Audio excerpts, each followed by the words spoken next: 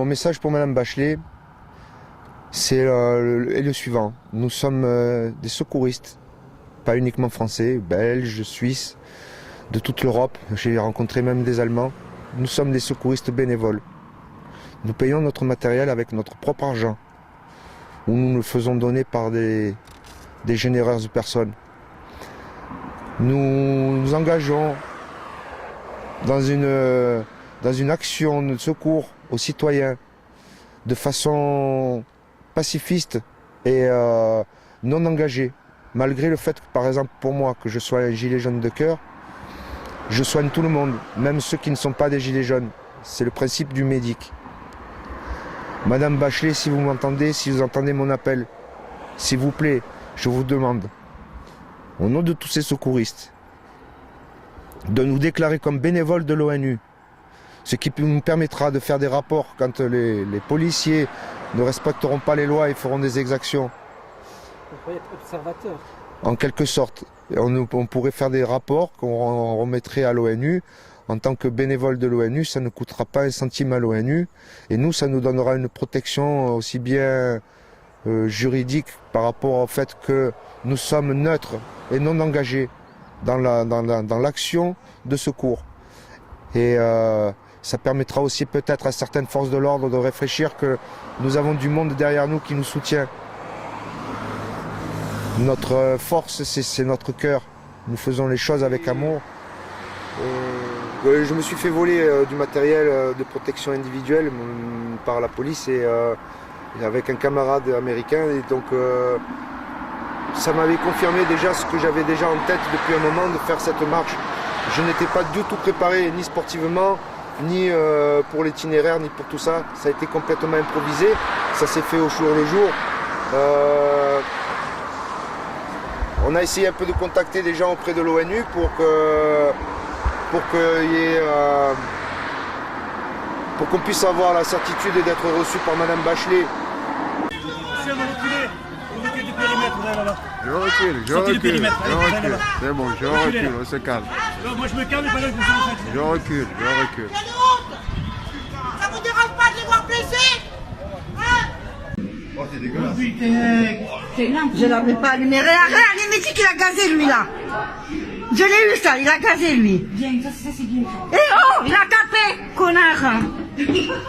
Non mais oh.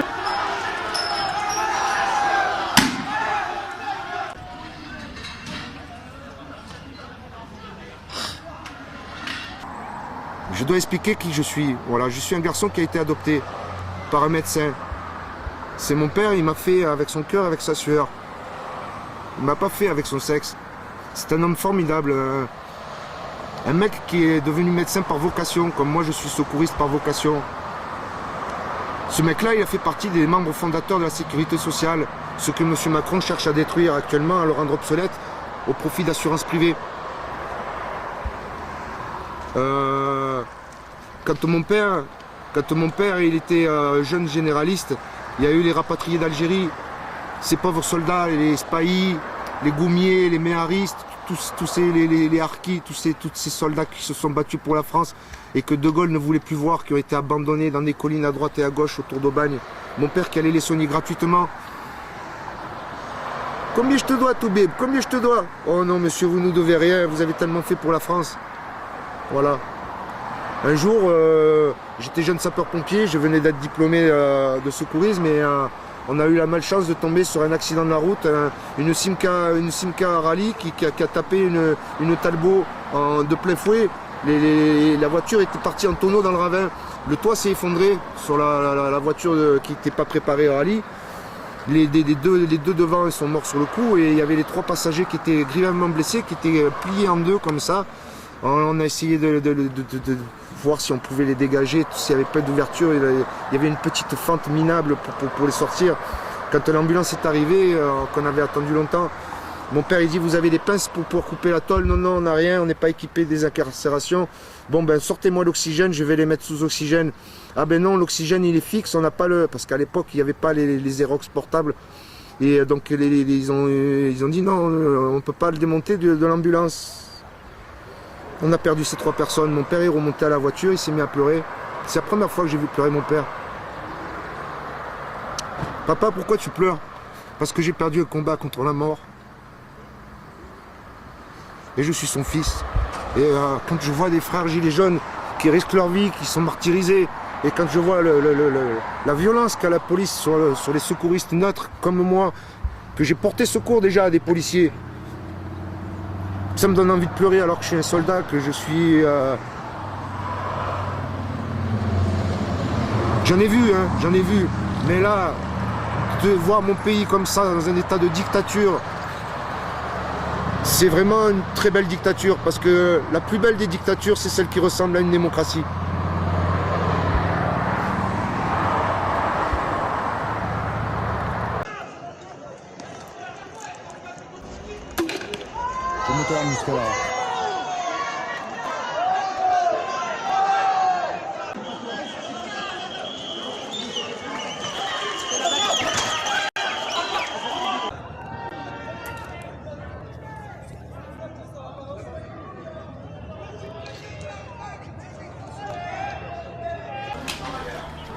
Ça ne stagne pas là, hein. Monsieur, circulez, circulez. Circulez là ou là, mais pas ici. Oui, mais circulez sur le côté, c'est sûr. Sur le côté, oui, va pas nous faire en vrai. Monsieur, vous reculez. Vous reculez du périmètre, là. Je recule, je Sortez du recule. périmètre, Je allez, recule. là. C'est bon, je Reculez, recule, là. on se calme. Non, moi je me calme, mais pas là que vous faites. Je recule, je recule. Quelle honte! Ça vous dérange pas de les voir blessés? Hein? Oh, c'est dégueulasse. Je l'avais pas allumé. Regarde, il m'a dit qu'il a gazé lui là. Je l'ai eu ça, il a gazé lui. Bien, ça c'est bien. Eh oh, il a tapé, connard. Non mais oh.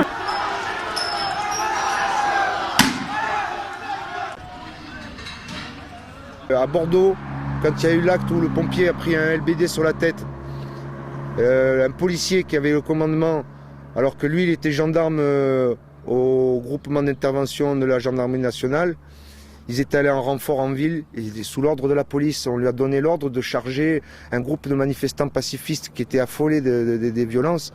Il a refusé de le faire, il a posé le casque, comme on dit. Il a été sanctionné par sa hiérarchie, ils lui ont fait de la misère jusqu'au bout. Il a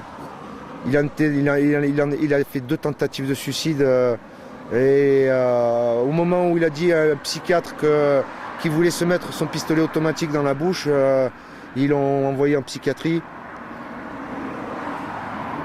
Les policiers qui se suicident et les gendarmes qui se suicident, il ne faut pas dire suicidez-vous, ce sont les bons qui se suicident, ce sont ceux qui ne sont pas d'accord avec ce qu'on leur oblige à faire. Les ordres de M. Castaner sont violents et certains d'entre eux n'acceptent pas ces choses-là. Je tiens à dire que je leur en remercie de tout cœur à ceux qui refusent l'obéissance à la dictature. Et rejoignez-nous. Ne nous regardez pas, rejoignez-nous.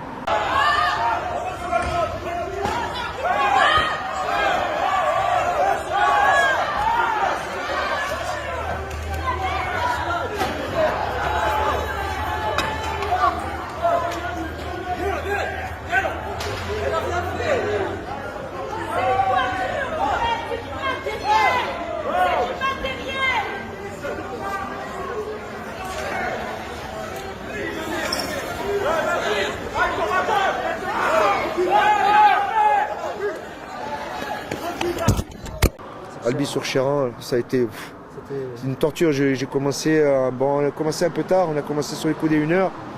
Je suis arrivé à 23h en pleine nuit, les voitures qui me passaient à ras les moustaches. Il y en a une, il y en a une, quand je vois les voitures, je fais toujours un peu avec le bâton comme ça, là, je le mets toujours un peu sur le côté.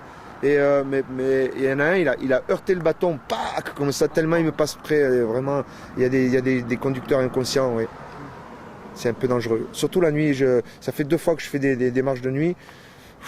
C'est un peu dur. Voilà, moi j'avais eu comme projet éventuellement, quand j'arrive vers Paris, d'être rejoint par mes camarades médics pour faire une marche de nuit au flambeau. Voilà, ça serait assez intéressant, ça fait des belles images. Vous pouvez lancer un appel s'il y a d'autres personnes qui peuvent rejoindre. Donc nous arrivons, ma marche arrive le 14 juillet à Paris, mais je pense arriver le soir du 13 aux portes de Paris. S'il y a des médics ou des gilets jaunes qui veulent venir faire une marche au flambeau, je les invite à venir devant nous en suivant la page Marche Blanche des Médics Comme ça, vous serez informés en temps et en heure. La Marche Blanche. Marche Blanche des Médics sur Facebook. C'est un groupe qui est ouvert à tout le monde. Je demande aux gens de signer la pétition. On a fait une pétition et on a lancé aussi une cagnotte où il y a 10 euros.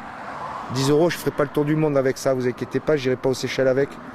Mais j'ai un véhicule qui me fait l'assistance, qui a besoin de gasoil. Donc toute aide sont les bienvenus. Et surtout, n'hésitez pas à signer notre pétition des Médics. Vous avez tous les renseignements sur la page Marche Blanche des Médics. Très bien. Merci Donc, beaucoup. La page Marche Blanche des Médics. Merci Jean-David. Force et honneur, petit Jean de Pont de l'Étoile. Bientôt la fin, bientôt l'arrivée. Ouais. Une dernière étape qui est devant la maison du Père Noël. C'est tout un symbole. Est-ce que tu avais des rêves? Tu avais une demande à faire? Est-ce que ça sera exaucé? J'aimerais que le monde y change. J'aimerais que la pauvreté arrête de tuer les gens. Donc c'est pas un souhait personnel, c'est un souhait humaniste global.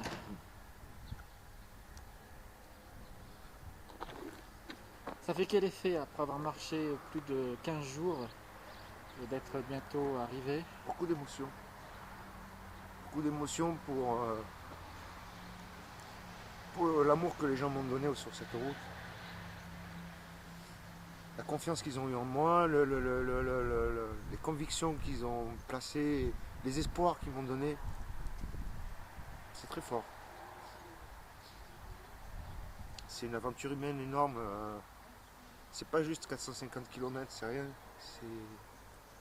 C'est des rencontres, c'est des paysages magnifiques. Donc il n'y a pas eu d'ennui pendant ces 450 km. Des petits soucis, mais rien de très embêtant. Un peu de mécanique, pas grand chose. Ça s'est très très bien passé. Ce qu'il y a à en retenir, c'est donc le côté humain, les personnes rencontrées, Ah ouais, c'était énorme. la richesse, des inconnus, finalement des inconnus. Des gens que je ne connaissais pas, qui m'ont donné une ferveur, qui m'ont donné. Je sais pas, d'un coup je devenais pour eux comme si j'étais un grand footballeur ou le Père Noël. Je suis pas ça, je suis juste petit Jean et je fais les choses avec amour et avec mon cœur. Un citoyen ordinaire mais qui fait des choses extraordinaires. Oh non, tout simple. C'est des choses simples, il suffit d'avoir la volonté de croire en ce qu'on pense.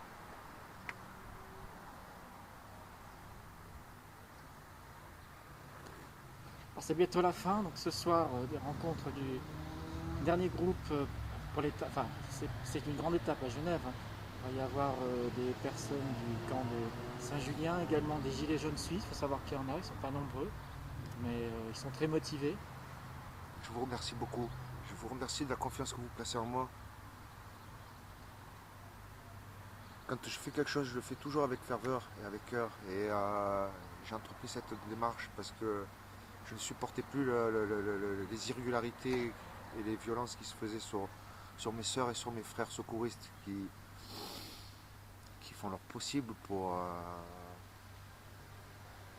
que ce monde aille mieux et pour soutenir les gens qui osent manifester leur mécontentement de façon pacifique.